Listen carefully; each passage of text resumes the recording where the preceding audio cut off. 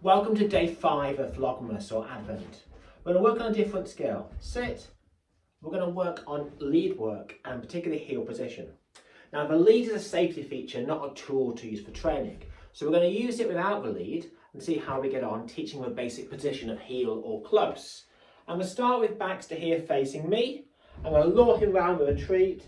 Please round next to me by my side. First time I said nothing whatsoever. I'm just going to repeat that a couple of times. So sit ahead of me. He comes round into position next to me.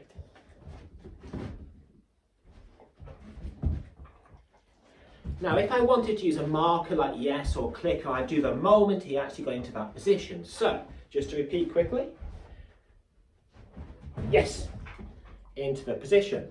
Now you can, if you want, of course, add some kind of cue to this. Normally I do that a lot later though, after we had the idea of what he was doing. We can definitely cue far too soon.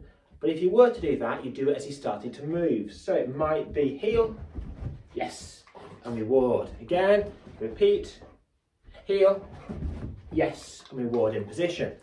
You can start to fade the law as well. So you wouldn't necessarily have to in your hands at all when you're doing it. It's a little go like that. So back to sit. Heel. So we're working out position. Now you're going to reward in position with him next to you. Really good. So let's just do it again. Sit. Heel. Very nicely done.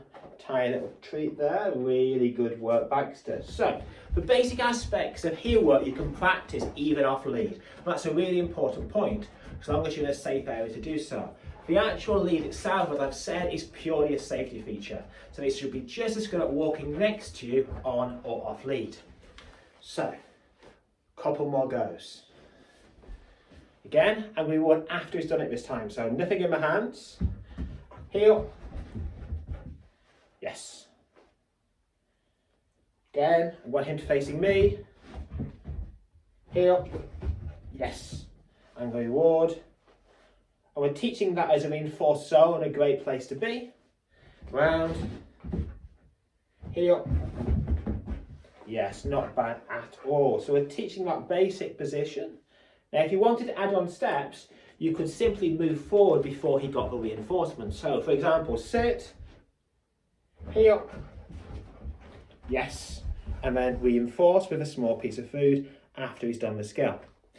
So definitely think that practicing lead walking is a key skill, definitely deserving a place on our Advent scale. If you can, try and separate learning the skill or teaching the skill from your normally daily leisure walks.